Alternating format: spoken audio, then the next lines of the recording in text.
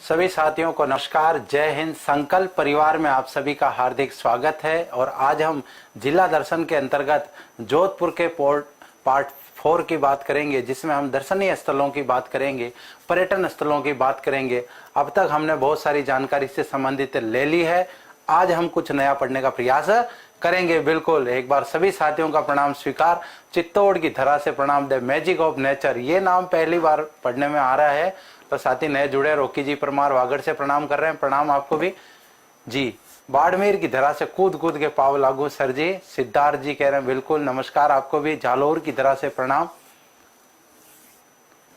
चित्तौड़ की धरा से प्रणाम। संगीता जी महिड़ा प्रणाम आपको भी। विष्णु जी जयपुर से आपको प्रणाम जी। बिल्कुल, तो सभी को प्रणाम। और आज की क्लास को हम प्रारंभ करते हैं, है ना। छबड़ा से लाइव, छबड़ा की पावन धरा से रघुवीर जी मीणा, छबड़ा 12, है ना। आहोर जालोर से प्रणाम। सांवरिया सेठ की धरा से प्रणाम अमीर चंद जी, बिल्कुल आपको भी प्रणाम। गंगानगर से राम राम, सभी को राम राम भाई। शेखावाटी से प्रणाम। गुडा मालानी से प्रणाम, सभी को प्रणाम, सभी को राम राम। आज की क्लास जो है वो हम प्रारंभ करते हैं। बिल्कुल बीच बीच में बात करते रहेंगे। ऑफिशियल कॉलोनी बाड़मेर से भी प्रणाम भाई। अब तो क्लास स्टार्ट करनी ही पड़ेगी। तो आज की क्लास को स्टार्ट करते हैं। सबसे पहले आज का जो हमारा टॉपिक है वो है पर्यटन स्थल या दर्शनीय स्थल जो जोधपुर के संदर्भ में है। सबसे पहले इसमें उम्मेद उद्यान की हम बात करते हैं भाई। तो उम्मेद उद्यान जो है जनरली है कहाँ पर, तो ये जोधपुर के अंदर है ना। पर्टिकुलरली या तो जोधपुर शहर, जोधपुर का मतलब क्या है, जोधपुर नगर में है या जोधपुर शहर में है। कहीं बाहर की जगह होगा तो हम उस जगह का पर्टिकुलर नाम भी लिखेंगे। तो यहाँ पर हम बात करते हैं कि इसका एक अन्य नाम क्या है। इसे जोधपुर पब्लिक पार्क के नाम से भी जाना, जोधपुर पब्लिक पार्क भी कहते हैं। तो इसे जोधपुर पब्लिक पार्क कहते हैं। जिले का दूसरा सबसे बड़ा उद्यान, जिले का दूसरा बड़ा उद्यान, एक नेहरू उद्यान भी है यहाँ पर जोधपुर में, वो सबसे बड़ा है। तो यहाँ पर उम्मेद उद्यान की बात करते हैं तो इसका निर्माण जो है वो किसने करवाया था, उम्मेद सिंह जी ने स्थापित करवाया था। भाई नाम से ही पता चल रहा है कि भाई जिनके नाम से बना होगा उन्होंने बनाया होगा। उम्मेद सिंह जी ने जनरली बहुत सारे निर्माण कार्य करवाए, जिसमें उम्मेद भवन जो उनके द्वारा अकाल राहत कार्यों के तहत निर्माण करवाया गया वो सबसे प्रसिद्ध था। बिल्कुल यहाँ पर जयपुर से प्रणाम। सांवलिया सेठ की धरा से प्रणाम।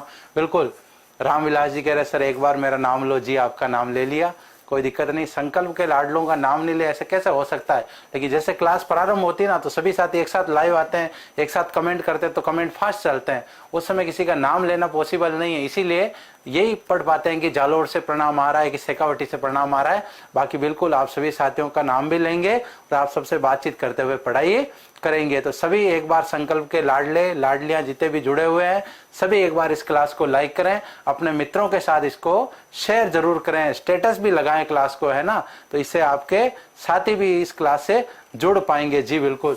इसके बाद में हम बात करें, हमने उम्मेद उद्यान की बात की, बहुत ही सुंदर गार्डन है, जोधपुर में है। देखो यहाँ से ये किला भी दिखाई दे रहा है, मेहरानगढ़ दुर्ग भी दिखाई दे रहा है, और उम्मेद भवन जो है वो भी इसी के निकट स्थित है। तो ये संबंधित जानकारी किससे थी, ये जानकारी थी उम्मेद भवन से। तुवर जी के जालरे की बात हम करते हैं भाई। जनरली जालरा होता क्या है, तो यहाँ पर जालरे का मतलब होता है जलाशय, जलाशय या स्पेशली कहें तो इसे बावड़ी है ये, है ना। तो भाई जालरा जो है, स्पेशली दो जालरे फेमस हैं जोधपुर के, एक तो तुवर जी का जालरा और दूसरा महिला बाग का जालरा। तो दोनों की बात आज हम करने वाले हैं भाई। तुवर जी के जालरे की यदि हम बात करें कि ये तुवर जी का जो जालरा है ये किसने बनवाया, तो ये अभय सिंह जी की रानी थी, अभय सिंह की रानी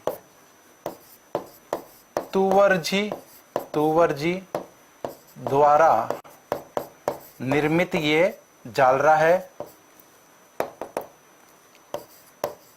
तुवर जी द्वारा निर्मित। तो भाई यहाँ पर तुवर जी का जो जालरा है क्या है, बेसिकली एग्जाम में इस प्रकार से कंफ्यूज नहीं होना है। जालरा का मतलब क्या होता है, जलाशय होता है या बावड़ी होती है। तो ये तुवर जी का जालरा कहाँ है, जोधपुर दुर्ग की तलेटी में। जब हम दुर्ग से नीचे आते हैं तो वहीं पर ये बना हुआ है, एक प्रमुख जल स्रोत है ये दुर्ग में। यहाँ से पानी जो है, पहले ही हमने बात की भाई, पेयजल जो है इससे उपलब्ध होता था। और जनरली जो जालरा जालरा जो कहा जाता ना, तो वहां पर महिलाओं का आना जाना लगा रहता था, पुरुषों का वहां पर इतना आना जाना लगा नहीं रहता था। तो जनरली यहाँ पर महिलाओं से इसका संबंध हो गया। भाई तुवर जी का जालरा किसने बनवाया, तुवर जी ने बनवाया, और अभय सिंह जी की ये रानी थी। इसके बाद में हम महिला बाग का जो जालरा है इसकी बात करते हैं।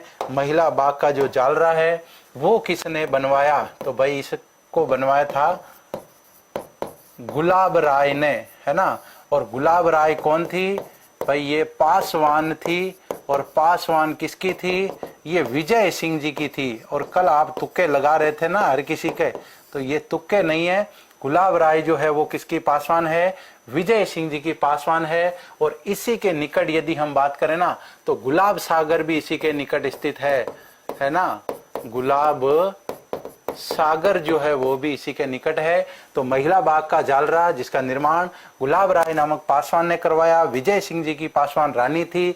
और तुवर जी का जालरा जो है वो अभय सिंह जी की रानी या अभय सिंह जी की पत्नी तुवर जी ने बनवाया। उम्मेद उद्यान जो उम्मेद सिंह जी ने बनवाया, इसे जोधपुर पब्लिक पार्क भी कहते हैं, जिले का दूसरा बड़ा उद्यान माना जाता है। और एक अन्य बावड़ी जो है जिसका नाम है तापी बावड़ी, जिले में स्थित प्रमुख एक अन्य बावड़ी है ये।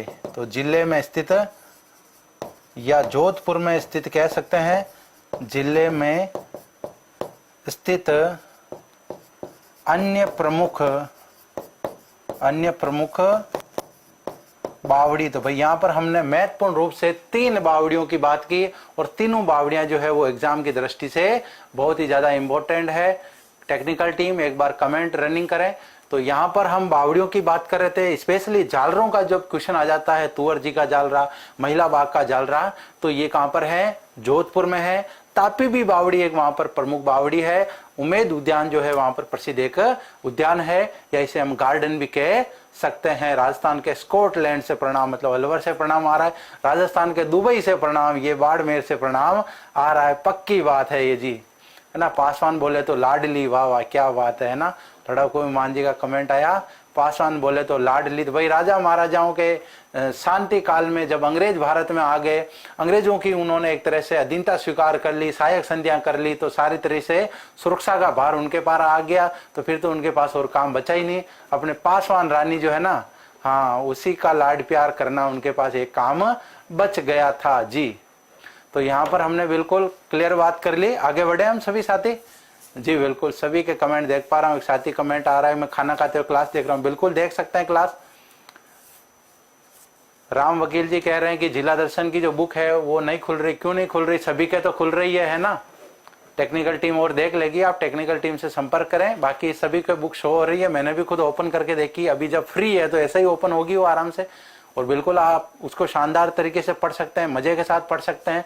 80% मैटर जो यहाँ पर क्लास में पढ़ाया गया है ये लगभग उसी किताब में से है, और 20% थोड़ा सा कुछ लेंदी मैटर ऐड किया गया है, कुछ नवीन जानकारियां, तो वो भी इसमें ऐड की गई है। प्रिंस जी कुमाऊं थोड़ा लेट जुड़े हैं, चित्तौड़ से प्रणाम जी, प्रणाम सभी। एक बार साथी क्लास को शेयर कर दें। बिल्कुल आगे हम बढ़ते हैं, नेक्स्ट बात करते हैं संबोधि धाम की। यहाँ पर हम बात करते हैं भाई, ये संबोधि धाम किससे संबंधित है। एग्जाम में कई बार सीधा प्रश्न पूछ लिया जाता है कि भाई ये संबोधि धाम जो है ये किससे संबंधित है और कहां पर स्थित है। तो यहाँ पर यदि हम संबोधि धाम की बात करें तो संबोधि धाम जो है ये जैनियों का मंदिर है ना। तो जैन समुदाय से संबंधित है ना। और आप सभी कमेंट करें कि कहां पर है ये, एक बार सभी साथी कमेंट करें कहां पर है ये।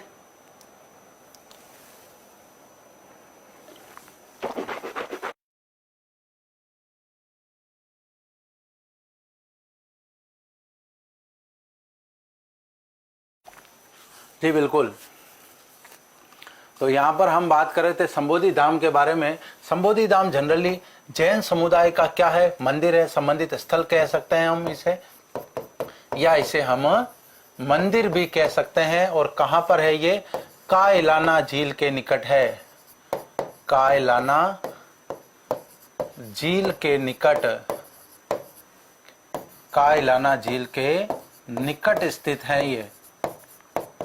तो ये बेसिकली जानकारी संबोधि धाम से संबंधित हुई। एग्जाम में सीधा प्रश्न बनता है संबोधि धाम का संबंध किस जिले से है, संबोधि धाम कहां पर स्थित है, और संबोधि धाम का संबंध किस समुदाय से है। भाई यहाँ पर हिंदू धर्म के जो लोग हैं वो भी बिल्कुल, क्योंकि जैन जो हैं वो हिंदू में से ही निकले हैं और हिंदू धर्म का ही एक अंग है। तो यहाँ पर हिंदू धर्म और जैनियों की बराबर आस्था है संबोधि धाम में। यहाँ पर ये एक मंदिर है भाई, एक प्रकार से मंदिर है जी।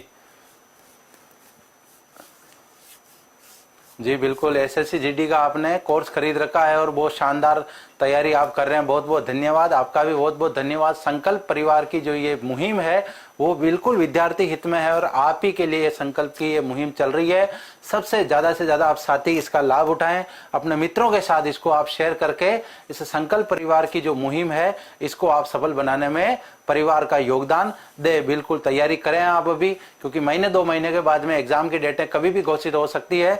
जून एंड में बोर्ड के एग्जाम लेने की भी संभावनाएं चल रही है और जैसे ही स्थिति सामान्य हुई, जितने भी एग्जाम लंबी चल रहे हैं, आजकल में नोटिफिकेशन आया था कि भाई ईडब्ल्यूएस के कारण में वापस फॉर्म भरे जाएंगे, तो बहुत ही जल्द महीने 1.5 महीने में फॉर्म भरे लिए जाएंगे और बहुत सारी बहुप्रतीक्षित जो भर्तियां अटकी हुई पड़ी है, पटवार की, ग्राम सेवक की, रीट वगैरह, तो ये सभी एग्जाम जो हैं लगभग जुलाई के बाद में इनकी कभी भी डेट आ सकती है। तो सभी साथी बिल्कुल अपनी तैयारी को कंटिन्यू रखें, क्लास को भी शेयर करते रहें। भाई सिलेक्शन उसी का होगा जो निरंतर तैयारी करेगा। बाकी तैयारी अभी सभी कर रहे हैं और जो सही ढंग से अच्छे कंटेंट के साथ पढ़ेगा, रेगुलर जो पढ़ेगा, बिल्कुल सिलेक्शन होगा। और संकल्प के लाडलों का तो वैसे ही सिलेक्शन में हर बार अपना बोलबाला रहता है। जी बिल्कुल, तो बिल्कुल शानदार तैयारी आप करें। कोटपुतली से राम राम। जी बिल्कुल राम राम। तो यहाँ पर हम बात कर रहे हैं संबोधि धाम की, हमने बात कर ली। अब हम बात करते हैं सरदार क्लॉक के बारे में कि ये क्या है। भाई सरदार क्लॉक टावर, या इसे हम क्या कह सकते हैं, ये एक घंटा घर है भाई, ये है ना जोधपुर में स्थित टावर, या इसे हम घंटा घर कह सकते हैं, घंटा घर। और कहां पर है ये, तो कहां पर, तो ये जोधपुर में है, जोधपुर में स्थित। और जैसे कि नाम सरदार क्लॉक है, तो निर्माण किसके द्वारा करवाया गया, सरदार सिंह जी के द्वारा, सरदार सिंह के द्वारा निर्मित है। महाराजा सरदार सिंह जी लिख सकते हैं हम यहाँ पर, महाराजा सरदार सिंह जी ने इसका निर्माण करवाया। और सबसे प्रमुख विशेषता क्या है इसकी, कि इसमें प्रयुक्त घड़ियां इंग्लैंड से लाई गई भाई, इंग्लैंड से लाई गई। तो इसमें जो प्रयुक्त ये घड़ियां हैं ये कहां से लाई गई, ये इंग्लैंड से लाई गई। भाई सरदार सिंह जी के समय में सरदार सिंह जी ने जसवंत थड़ा का निर्माण भी करवाया, इन्होंने घंटा घर भी बनवाया जोधपुर में। इसमें प्रयुक्त जो घड़ियां हैं वो कहां से लाई गई, इंग्लैंड से लाई गई। और उस समय चूंकि पब्लिक कम हुआ करती थी, तो जब भी 1-1 घंटे का अंतराल होता, तो घंटे की जो आवाज होती थी घंटे की, वो पूरे जोधपुर में गूंजा करती थी। अब तो आजकल व्हीकल बहुत ज्यादा हो गए हैं, हॉर्न बहुत बजते हैं, इसलिए इसकी आवाज भी आए तो भी वो ज्यादा दूर नहीं जाती है। लेकिन जब इन्होंने ये बनाया था तो हर 1 घंटे में इसकी आवाज आती थी और पूरे जोधपुर में ये आवाज गूंजती थी। जी बिल्कुल।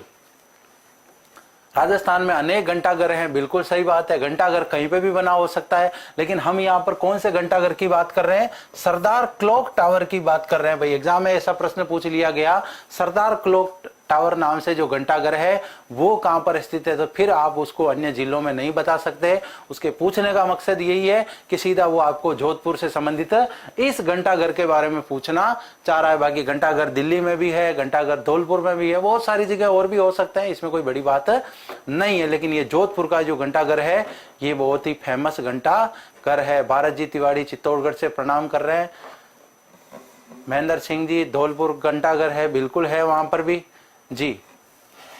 सभी जीवड़ों शेयर करो। देखो कविता जी गुज्जर कह रहे हैं सभी जीवड़ों एक बार शेयर करो, तो सभी साथी एक बार शेयर करें। जी बिल्कुल, जसवंत सिंह जी द्वितीय जो है वो इनके पिताजी थे और उन्हीं की याद में इन्होंने बिल्कुल जसवंत थड़े का निर्माण करवाया, जिसकी बात हम पहले कर चुके हैं। जी बिल्कुल। करण जी क्या कह रहे हैं? सुनीता जी स्वामी कह रहे हैं कि करण भाई आप भी कुछ बोलो। जी बिल्कुल, करण जी भी बोलेंगे।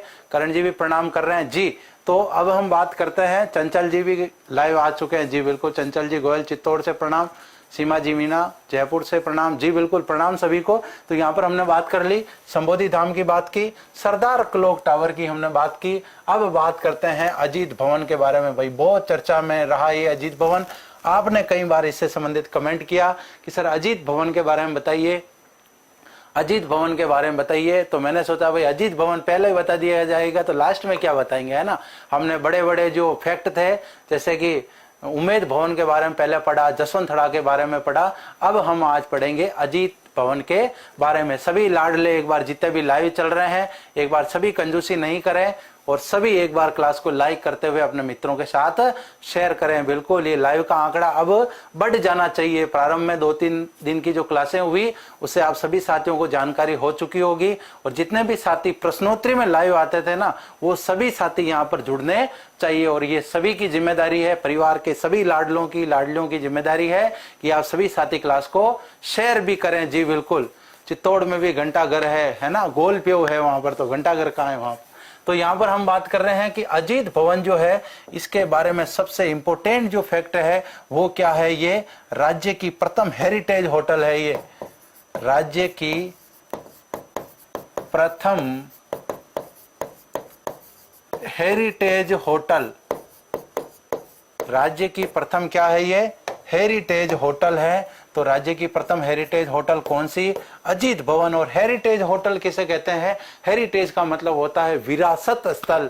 भाई जो पुराने स्थल हैं, जो राजा महाराजाओं के समय के हैं, जो हमारे पूर्वजों के हैं, उनको यदि हम सुरक्षित रूप से रखते हैं तो वर्तमान में वो सभी स्थल हमारे लिए क्या है? विरासत स्थल। और जब भी सरकार उन्हें किसी विशेष महत्व का घोषित कर देती है, उसके बाद उनकी महत्ता सबसे ज्यादा बढ़ जाती है। और यदि किसी स्थान को यूनेस्को अपनी सूची में शामिल कर लेता है तो वो स्थान एक तरीके से हम कह सकते हैं इंटरनेशनल लेवल का हो जाता है, अंतर्राष्ट्रीय उसको मान्यता मिल जाती है। जी बिल्कुल। तो हेरिटेज होटल है अजीत भवन, है ना, अजीत सिंह जी के नाम पर है, तो अजीत सिंह जी ने इसका निर्माण करवाया। और ये हेरिटेज होटल का मतलब विरासत स्थल है। यहाँ पर रईस लोग मतलब विदेशी लोग जितने आते हैं वो इसमें रुकते हैं। भाई ये थोड़ी छोटी है होटल, इससे बड़ा भवन कौन है? इससे बड़ा और भवन है उम्मेद भवन।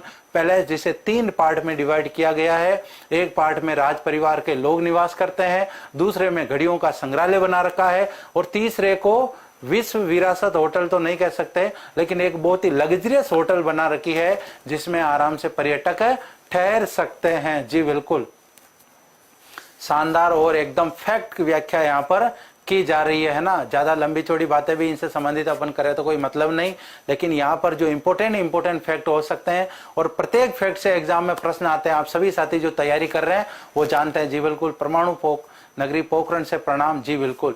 तो यहाँ पर सभी साथी आप जानते हैं कि कितने इंपॉर्टेंट ये फैक्ट हैं, एग्जाम में सभी ये फैक्ट पूछे जाते हैं।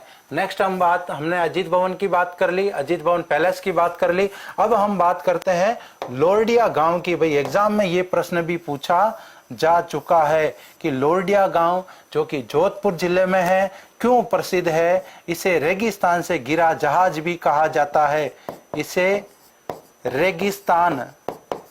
इसे रेगिस्तान से गिरा जहाज भी कहते हैं। इसे रेगिस्तान का जहाज नहीं कहते हैं, इसे रेगिस्तान से गिरा हुआ जहाज कहते हैं। अब भाई बात यहाँ आ जाती है कि यहाँ पर यदि रेगिस्तान का जहाज कह दिया जाए तो रेगिस्तान का जहाज हम किसे कहेंगे? रेगिस्तान का जहाज की यदि बात आ जाए तो बात किसकी होगी? भाई ऊंट की बात होगी, है ना। तो रेगिस्तान का जहाज तो ऊंट को ही कहते हैं, लेकिन यहाँ पर रेगिस्तान से गिरा जहाज जो है वो किसे कहेंगे? लोरडिया गांव को कहेंगे। और लोरडिया गांव जो है वो कहां पर है, जोधपुर में स्थित है। जी बिल्कुल, फलोदी के पास स्थित है। देवेंद्र जी सुतार कह रहे हैं, बहुत बढ़िया, जोधपुर से नमस्ते संतोष जी।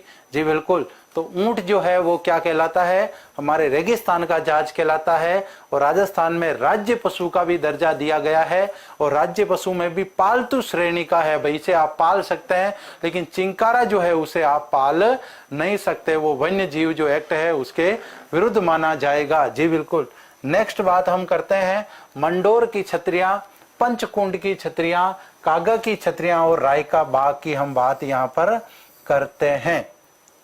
तो सबसे पहले हम बात करते हैं मंडोर की छतरियों के बारे में। भाई देखो ये क्या लिखा हुआ है, छतरियां लिखा हुआ है, छतरी नहीं लिखा हुआ है ना। छतरियां तो राजस्थान में बहुत सारी प्रसिद्ध है, जिसमें हम जोधपुर के संदर्भ में, जैसे हमने दुर्ग के संदर्भ में धन्ना और भिया की छतरी देखी, वहां पर किरत सिंह सोडा की छतरी की हम बात करें। यहां पर यदि हम बात करें तो यहां पर कागा की छतरियां भी प्रसिद्ध है, मंडोर की छतरियां भी प्रसिद्ध है, पंचकुंड की छतरियां भी प्रसिद्ध है। तो भाई पंचकुंड में प्रारंभ में जितने मारवाड़ शासक हैं उनकी छतरियां यहाँ पर बनी हुई है। राव मालदेव के बाद की जो छतरियां है वो कहां पर बनी हुई है, मंडोर में बनी हुई है। तो यहां पर क्या लिख सकते हैं, प्रारंभिक प्रारंभिक प्रारंभिक मारवाड़ के राठौड़ शासकों की छतरियां जो है वो क्या है, वो पंचकुंड की छतरियां है। और इन्हीं छतरियों के निकट है ना, इन्हीं के निकट रानियों की छतरियां भी बनी हुई है ना, रानियों की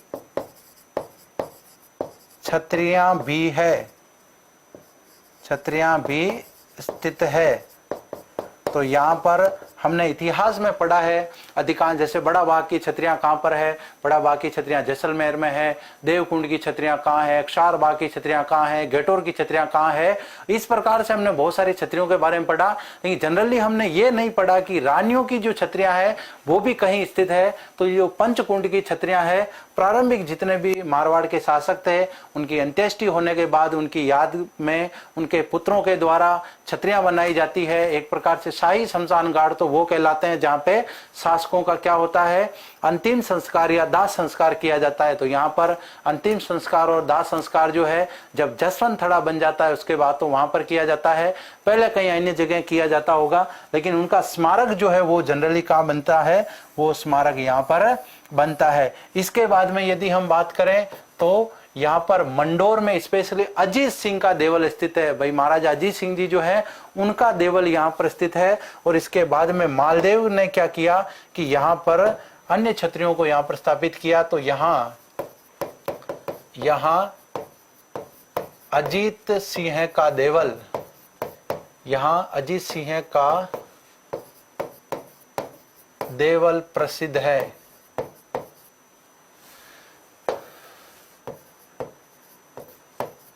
तो यहाँ पर स्थित जो अजीत सिंह का देवल है वो प्रसिद्ध है।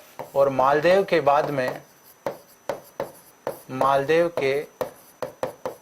बाद के शासकों की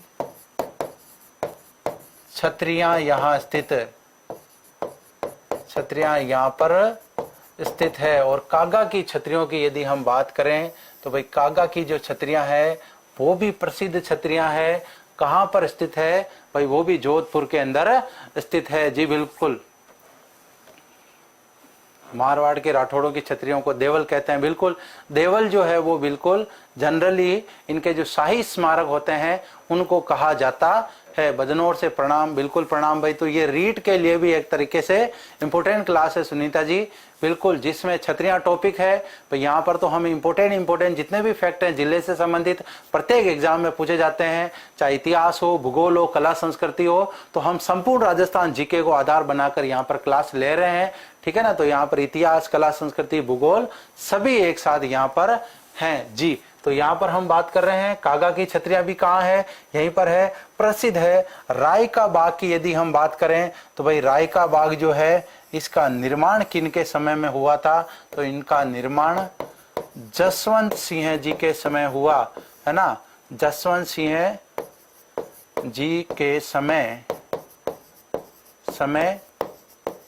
निर्माण हुआ था। और यहाँ पर स्थित जो रायका बाग पैलेस है, यहाँ पर जब 1883 में स्वामी दयानंद सरस्वती जी यहाँ पर पधारे थे, तब उनके उपदेश जो हैं, उनके प्रवचन जो है, जसवंत सिंह जी यहीं पर बने महलों में बैठ करके सुना करते थे। तो यहाँ पर यदि हम बात करते हैं कि भाई यहाँ पर बात करते हैं 1883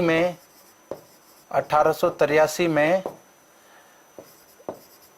दयानंद सरस्वती जी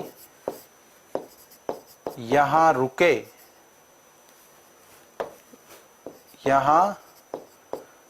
तो यहाँ पर दयानंद सरस्वती जी यहाँ पर रुके आए और उन्होंने यहाँ पर जसवंत सिंह जी को उपदेश सुनाए थे। तो इस प्रकार से ये इंपॉर्टेंट जो जानकारी थी वो मैंने आपको इससे संबंधित दी जी। जसवंत सिंह जी का जो समय है वो आप कल की क्लास देखिए, आपको समझ में आएगा। ये जसवंत सिंह जी सेकंड है, ये जसवंत सिंह जी फर्स्ट नहीं है। बिल्कुल यहाँ से आपको समझ में आ सकता है आराम से, कोई दिक्कत वाली बात नहीं है। नेक्स्ट बात करते हैं खीचन गांव की। यहाँ पर हम बात करें तो बहुत ही प्रसिद्ध है खीचन गांव। तो ये कहाँ पर है? ये फलोदी के अंदर है ना। फलोदी में स्थित है। और यहाँ पर ये आपको दिख रहा है कि ये जो है किसके लिए प्रसिद्ध है? ये कुरंजा, जिसे हम डेमोसिल क्रेन कहते हैं। डेमोसिल क्रेन जो है वो जिसे हम कहते हैं कुरंजा पक्षियों के लिए प्रसिद्ध, कुरंजा पक्षियों के लिए ये स्थान प्रसिद्ध है भाई। तो यहाँ पर ये आपको ध्यान रखना है। और ये जो पक्षी है किस प्रकार का पक्षी है? अप्रवासी पक्षी है। अप्रवासी पक्षी जो है सर्दियों के समय में ये स्थान चर्चा में रहता है। यहाँ पर लोग इनको बाजरा डाल देते हैं, बड़े चाव से ये बाजरा खाते हैं और सर्दी में ये एक तरीके से बाजरा खा के गर्मियों का लुत्फ लेते हैं। ये यूरोपीय देशों से आते हैं जहां पर सर्दी के समय में बर्फ जम जाती है, एक तरह से कड़ाके की ठंड पड़ती है। ठंड अपने यहाँ पे भी पड़ती है, लेकिन यहाँ की ठंड इनको कम लगती है, वहां पर बर्फ जम जाती है। तो इनका जीवन काल जो है वो सर्दियों के समय में मुश्किल हो जाता है। तो लगभग ये अक्टूबर नवंबर में आना शुरू कर देते हैं और फरवरी के बाद में ये पुनः अपने स्वदेश लौट जाते हैं। जी बिल्कुल, कुरंजा पक्षी जो है खीचन गांव में आते हैं। एग्जाम में प्रश्न जो आ जाता है, कुरंजा पक्षियों के लिए प्रसिद्ध है, सबसे ज्यादा प्रसिद्ध है खीचन गांव। इसके बाद में यहाँ से कुछ पक्षी फलोदी झील की तरफ भी चले जाते हैं, तो वहां पर भी प्रसिद्ध है। और भी कुरंजा पक्षियों के लिए बहुत सारे स्थल प्रसिद्ध हो सकते हैं, लेकिन ये जो खीचन गांव है ना, ये स्पेशली कुरंजा पक्षियों के लिए प्रसिद्ध है। शुरुआत में कुछ पक्षी यहाँ पर आए होंगे, उन्होंने इस गाँव का माहौल देख लिया कि भाई यहाँ पर कोई खतरा नहीं है, तो आराम से यहाँ पर 2-3 महीने गुजारे जा सकते हैं। तो बिल्कुल अब तो यहाँ पर झुंड के झुंड आ जाते हैं। अक्टूबर नवंबर में यहाँ पर नजारा देखने लायक होता है। अखबार में बिल्कुल न्यूज आती रहती है, सुर्खियों में बना रहता है ये खीचन गांव। जी बिल्कुल, इसलिए एग्जाम में भी कई बार पूछा गया है ये जी। तो यहाँ पर हमने बात की खीचन गांव जो है किसके लिए प्रसिद्ध? एक ही शब्द में कुरंजा पक्षियों के लिए प्रसिद्ध। कुरंजा पक्षियों को और किस नाम से? डेमोसिल क्रेन के नाम से भी जाना जाता है। इसके बाद में हम बात करते हैं धावा डोली अभयारण्य की। हमने मैप के माध्यम से परिचय की क्लास में इससे संबंधित बात की थी। तो ये क्या है? वन्यजीव संरक्षित क्षेत्र है। वन्यजीव संरक्षित क्षेत्र जो है ये है। और धावा डोली अभयारण्य जो है स्पेशली किसके लिए जाना जाता है? मृग, कृष्ण मृग है ना, काले हिरणों के लिए प्रसिद्ध है ये। कृष्ण मृगों के लिए प्रसिद्ध, कृष्ण मृगों के लिए प्रसिद्ध। तो यहाँ पर ये काले हिरण जो है ना, इसके लिए प्रसिद्ध है। एग्जाम में सीधा प्रश्न पूछ लिया जाता है, धावा डोली कहाँ पर है, धावा डोली क्या है? तो धावा डोली एक वन्य जीव संरक्षण क्षेत्र है। काले हिरणों को संरक्षण देने के कारण ये प्रसिद्ध है। बिल्कुल, धावा डोली अमृता देवी विश्नोई मृगवन भी इसी के निकट स्थित है। जी बिल्कुल। फलोदी में जाम्बू जी की बात, बिल्कुल जाम्बू जी की बात भी करेंगे। अभी आगे हम फलोदी को अलग से और पढ़ेंगे। तो जाम्बा नामक यहाँ पर स्थल है। विष्णुई संप्रदाय जो है उनमें पुष्कर जैसी उसकी मान्यता है। बिल्कुल जाम्बा की बात नहीं करें, ऐसा हो सकता है क्या? जी बिल्कुल करेंगे जाम्बा की बात भी। तो यहाँ पर धावा डोली अभ्यारण्य की हमने बात की। सबसे ज्यादा इंपॉर्टेंट है माचिया सफारी। भाई माचिया सफारी की हम यहाँ पर बात कर लेते हैं। तो भाई माचिया सफारी यहाँ पर क्या क्या है माचिया सफारी में? तो यहाँ पर पहला तो है बायोलॉजिकल पार्क।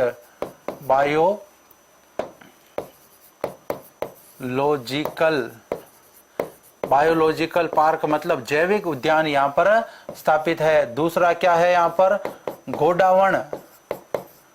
घोड़ावण की प्रजनन स्थली। घोड़ावण की प्रजनन स्थली भी इसे कहा जाता है। प्रसिद्ध पर्यटन स्थल भी है। प्रसिद्ध पर्यटन स्थल।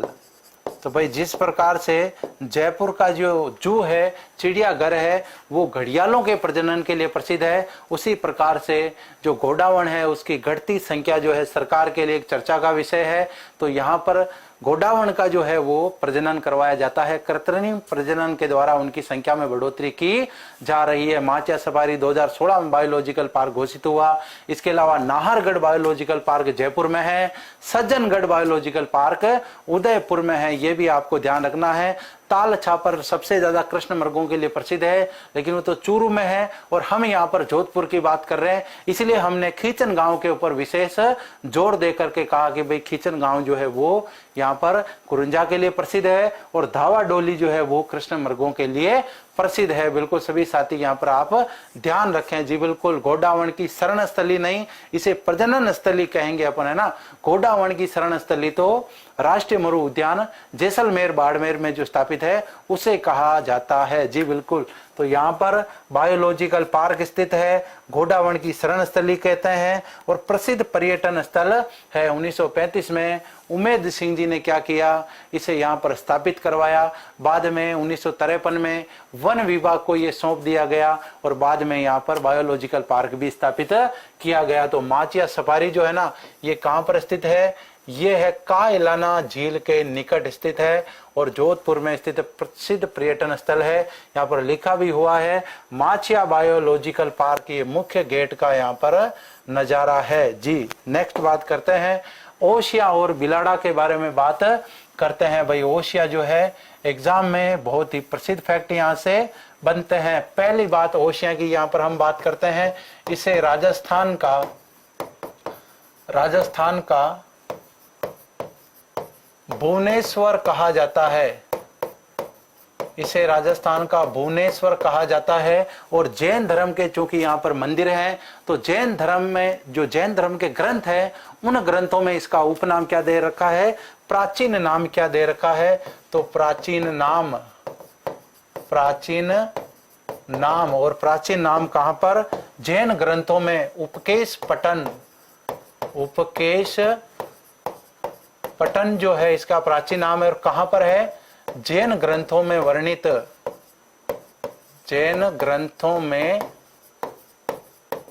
भाई कहीं ना कहीं तो लिखा हुआ होगा, तभी तो हम इसे प्राचीन नाम कह रहे हैं। राजस्थान का भुवनेश्वर कह रहे हैं, उपकेश पटन इसे हम कह रहे हैं।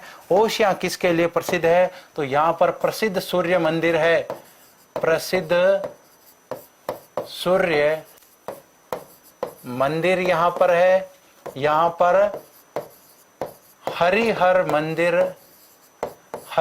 मंदिर भी स्थित है। और सबसे प्रमुख बात, ये जो फोटो दे रखा है ना, ये कौन सा फोटो है? ये है सचियाई माता का। सचियाई माता मंदिर। और सचियाई माता का जो मंदिर है वो कहां पर है? वो ओशिया में है। और सचियाई माता जो है ओसवाल जाति जो है ना, ओसवालों की कुल देवी कहलाती है। ओसवालों की कुल देवी इसे हम कह सकते हैं। तो इतने फैक्ट जो हैं वो किससे संबंधित बन गए, ओशिया से। यहाँ पर प्रसिद्ध महावीर स्वामी का मंदिर भी है। जैन धर्म के मंदिरों के लिए ये स्थान प्रसिद्ध है। ओशिया की बात करें, राजस्थान का भुवनेश्वर कहते हैं। प्राचीन नाम की यदि हम बात करें तो केश पटन, जो कि जैन ग्रंथों में इसका वर्णन मिलता है। यहाँ पर प्रसिद्ध सूर्य मंदिर व महावीर स्वामी मंदिर, महावीर स्वामी मंदिर स्थित है भाई यहाँ पर। और इसके अलावा हरिहर मंदिर भी यहाँ पर स्थित है। सचियाई माता का मंदिर भी यहाँ पर स्थित है। तो इतनी सारी इंपॉर्टेंट जानकारी हमने किससे संबंधित ली, वो हमने ओशिया से संबंधित, हमने इससे संबंधित जानकारी ली। जी बिल्कुल, बिलाड़ा की भी बात हम यहाँ पर करने वाले हैं। जी बिल्कुल, बिलाड़ा की बात हम आगे करेंगे। अब बात करते हैं बिलाड़ा के बारे में। बिलाड़ा जो है यहाँ पर अश्व प्रजनन केंद्र है। अश्व प्रजनन केंद्र है भाई। घोड़े बहुत तरह के होते हैं, बहुत नस्लों के घोड़े हैं, लेकिन यहाँ पर उन्नत नस्ल के, अच्छी नस्ल के घोड़े प्राप्त करने के लिए अश्व प्रजनन केंद्र यहाँ पर अनुसंधान किया जा रहा है। घोड़ों पर अश्व प्रजनन केंद्र स्थित है। और बिलाड़ा की यदि हम बात करें तो यहाँ पर आई माता जो है, आई माता का मंदिर यहाँ स्थित। तो यहाँ पर आई माता का मंदिर स्थित है। और आई माता जो है सीरवी जाति जो है ना, क्षत्रिय सीरवी जाति, तो ये आई माता क्षत्रिय सीरवी जाति की कुल देवी मानी जाती है। क्षत्रिय सीरवी जाति की कुल देवी। और ऐसी मान्यता है कि यहाँ पर दीपक जलता है, उसमें केसर भी टपकती है। इस प्रकार की बहुत सारी मान्यता है। एग्जाम में सीधा प्रश्न बनता है, सीरवी जाति की कुल देवी का नाम क्या है, या आई माता का मंदिर जो है वो राजस्थान में कहाँ पर स्थित है। तो यहाँ पर प्रसिद्ध मंदिर है बिलाड़ा, जोधपुर के अंदर। जी बिल्कुल, तो यहाँ पर केसर टपकती है जोत से, बिल्कुल सही बात है। यहाँ पर अश्व प्रजनन केंद्र भी है यहाँ पर। नेक्स्ट आप कायलाना झील और बालसमंद के संबंध में बिल्कुल बताइए, तब तक मैं पानी पी लेता हूं, देखें, है ना। तो यहाँ पर कायलाना झील से संबंधित क्या महत्वपूर्ण फैक्ट हो सकते हैं।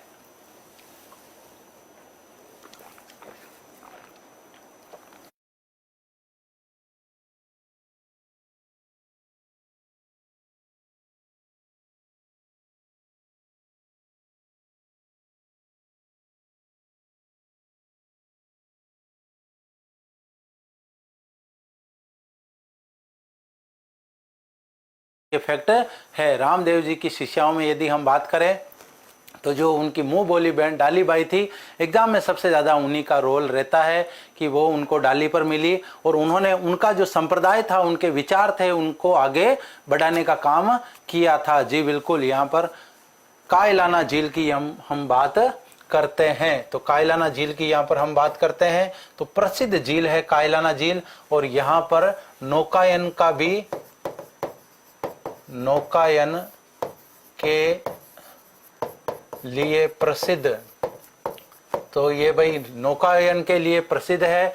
इसके अलावा यदि हम बात करें कायलाना झील जो है ना, इसमें IGNP मतलब इंदिरा गांधी नहर की, जो राजीव गांधी लिफ्ट नहर है, राजीव गांधी लिफ्ट नहर का पानी इसमें आता है। राजीव गांधी लिफ्ट नहर का पानी इसमें आता है। जोधपुर दुर्ग के थोड़ी ही दूरी पर स्थित है। माचिया सफारी पार्क भी यहाँ पर इसी के निकट स्थित है। बहुत ही प्रसिद्ध झील ये कायलाना झील मानी जाती है। मीठे पानी की झीलों में, जोधपुर में स्थित प्रसिद्ध झीलों में इसका नाम आता है। इसके किनारे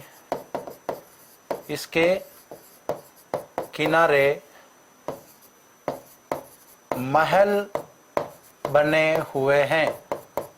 और ये महल किसने बनाए भाई?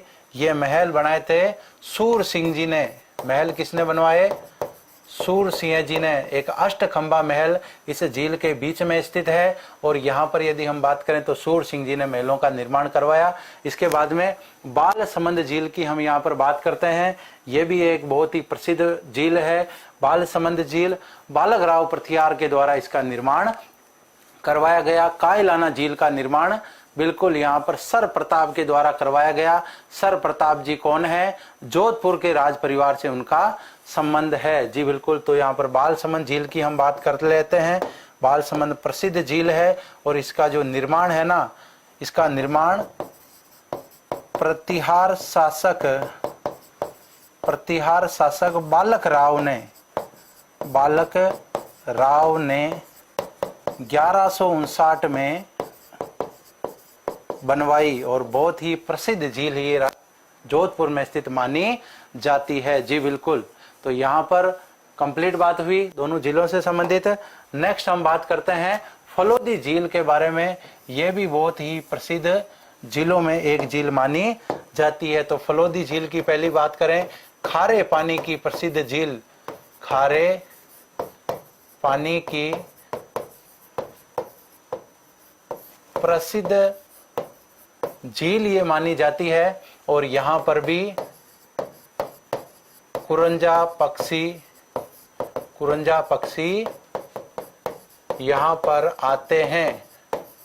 और फलोदी की यदि बात करें तो राजस्थान का सबसे शुष्क स्थान माना जाता है, सबसे न्यूनतम वर्षा वाला स्थान माना जाता है। न्यूनतम वर्षा के जिले की बात करें जैसलमेर में होती है, सबसे ज्यादा वर्षा जिले के हिसाब से झालावाड़ में होती है, स्थान के हिसाब से माउंट आबू में होती है। जी बिल्कुल। तो यहाँ पर हाँ, तो बात कर रहे थे हम फलोदी झील के बारे में। फलोदी झील जो है वो कहां पर स्थित है? जोधपुर में स्थित है। नेक्स्ट बात करते हैं पिछियाक बांध की बात करते हैं। इसे जसवंत सागर के नाम से भी जाना जाता है। इसे जसवंत सागर भी कहा जाता है। भाई निर्माण जसवंत सिंह जी ने करवाया तो जसवंत सागर कहते हैं। और कहां पर है ये? तो पिछियाक गांव के निकट, पिछियाक गांव के निकट स्थित, भाई पिछिया गांव के निकट स्थित होने के कारण इसे पिछियाक बांध कहते हैं। बाकी मूल इसे जसवंत सागर के नाम से जाना जाता है। कौन सी नदी पर है? तो लूणी नदी पर स्थित। तो ये प्रमुख बात हमने पिछियाक बांध से संबंधित देखी। लूणी नदी के ऊपर स्थित है, जसवंत सिंह जी ने बनवाया इसलिए जसवंत सागर इसका नाम पड़ गया है। बहुत ही इंपोर्टेंट ये यहाँ पर बात है।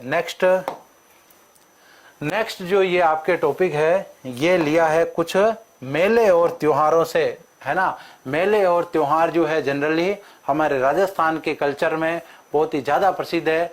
हर महीने में 4-5 मेले और 4-5 त्योहार आ जाते हैं। 2 साल से जब से कोरोना आया है ना, तब से सब कुछ मामला चौपट हो गया है। लेकिन मेले त्योहार जो है वो राजस्थान की परंपरा, राजस्थान की सांस्कृतिक विरासत, राजस्थान की अपनी एक पहचान माने जाते हैं। जी बिल्कुल। तो यहाँ पर बात करते हैं जी, बाप में भी खारे पानी की झील है, लेकिन प्रसिद्ध जो झीलें है ना वो यही है, इसलिए हमने प्रसिद्ध की बात की। ऐसे तो हम बहुत सारी झीलें, बहुत सारे तालाब हैं छोटे मोटे, उनके भी नाम लिख सकते हैं। राजस्थान जो है वो विविधताओं से भरा हुआ है, लेकिन सबसे ज्यादा जो इम्पोर्टेंट है वो यही थी जिनके संबंध में कोई ना कोई डिटेल है। बाकी जनरली हम पढ़ते हैं राजस्थान के मीठे पानी की झीलें, राजस्थान में खारे पानी की झीलें, उनमें कुछ झीलों के हम सिर्फ नाम पढ़ते हैं यहाँ पर, है ना। 9 बजे वाली क्लास भी होगी, धमाका होगा आज तो उसमें मेवाड़ का इतिहास होने वाला है। जितने भी साथी लाइव जुड़े हैं, जो जितने भी साथी लेट जुड़े हैं, एक बार सभी साथी क्लास को लाइक करें, अपने मित्रों के साथ इस क्लास को शेयर जरूर करें। जी बिल्कुल। तो यहाँ पर हम बात करते हैं कौन कौन से मेले हैं। देखें, मेलों की बात कर लेते हैं। वीरपुरी का मेला कहाँ पर भरता है?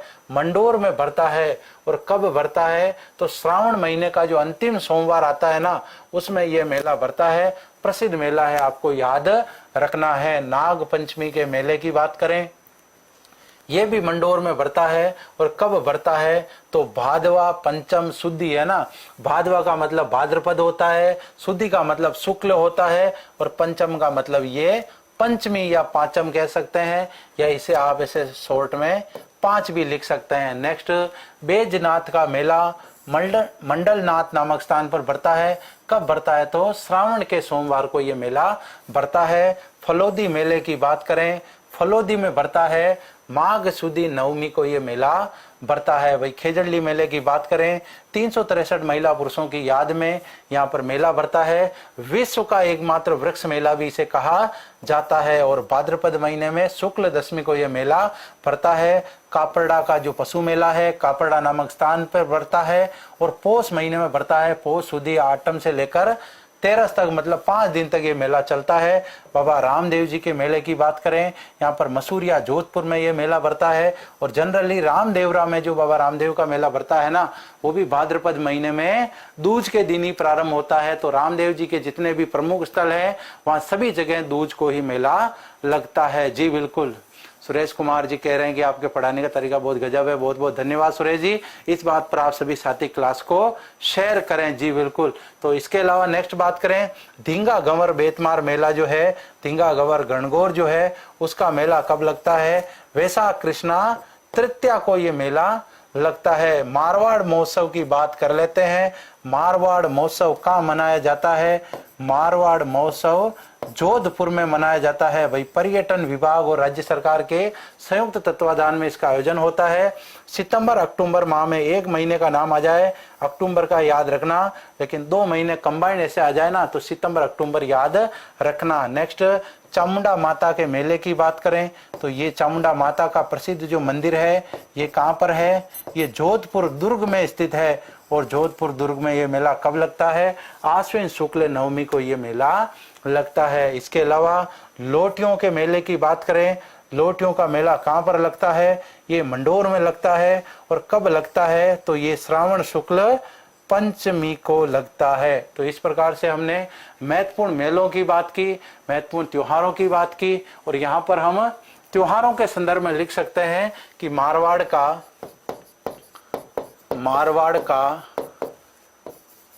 गुड़ला त्योहार कह दो।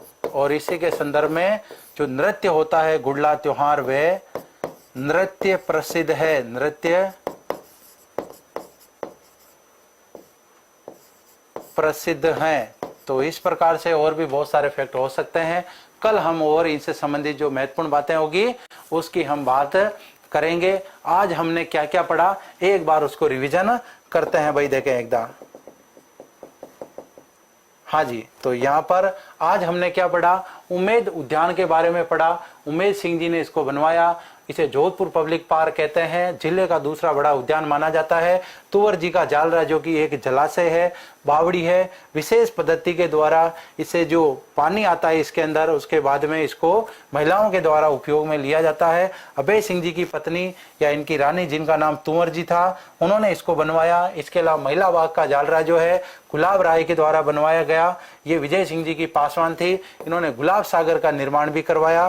तापी बावड़ी जो है वो जोधपुर में स्थित एक अन्य प्रमुख बावड़ी है। नेक्स्ट संबोधि धाम की बात करें, जैन समुदाय से संबंधित है। जैन समुदाय का मंदिर है, कायलाना झील के निकट ये स्थित है। सरदार क्लॉक टावर की बात करें, ये एक जनरली घंटाघर है, जोधपुर में स्थित है। महाराजा सरदार सिंह जी ने इसको बनवाया और इसमें प्रयुक्त घड़ियां जो है वो कहां से लाई गई? वो इंग्लैंड से लाई गई। अजीत भवन की बात करें, एक ही बात आपको याद रखनी है भाई, ये राज्य की प्रथम हेरिटेज होटल है ना। हेरिटेज होटल का मतलब विरासत होटल है।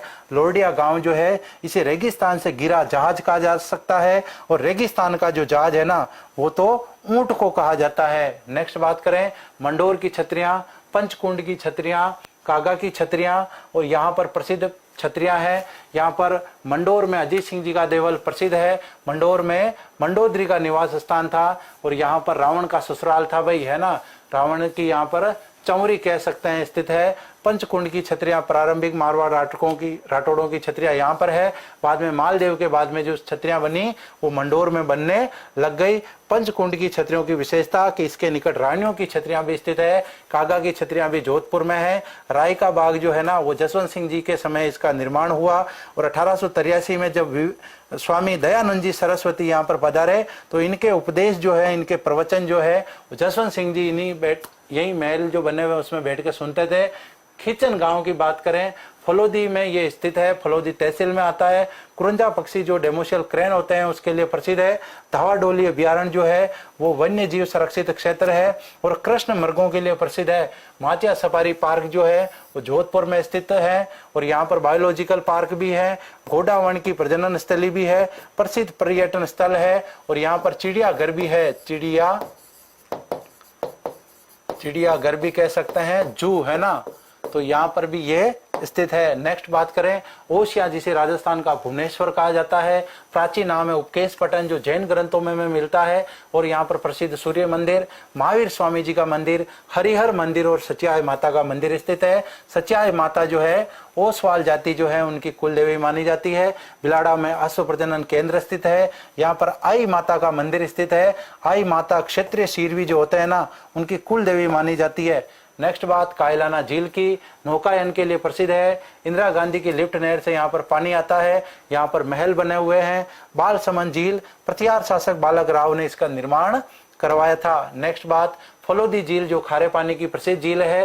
कुरंजा पक्षी, हम बात कर रहे थे अभी खींचन की, तो खींचन पर जब ज्यादा पक्षी इकट्ठे हो जाते हैं तो कुछ पक्षी जो हैं वो फलोदी की तरफ आ जाते हैं, यहाँ पर इस झील के आसपास यहाँ पर आ जाते हैं। पिचियाग बांध की बात करें, इसे जसवंत सागर बांध भी कहा जाता है और ये जोधपुर जिले में स्थित एक प्रमुख बांध है। पिचियाग गांव के निकट होने के कारण इसे पिचियाग बांध कहते हैं। बाकी जसवंत सिंह जी ने बनवाया इसलिए इसे जसवंत सागर कहा जाता है और लूणी नदी पर ये बना हुआ है।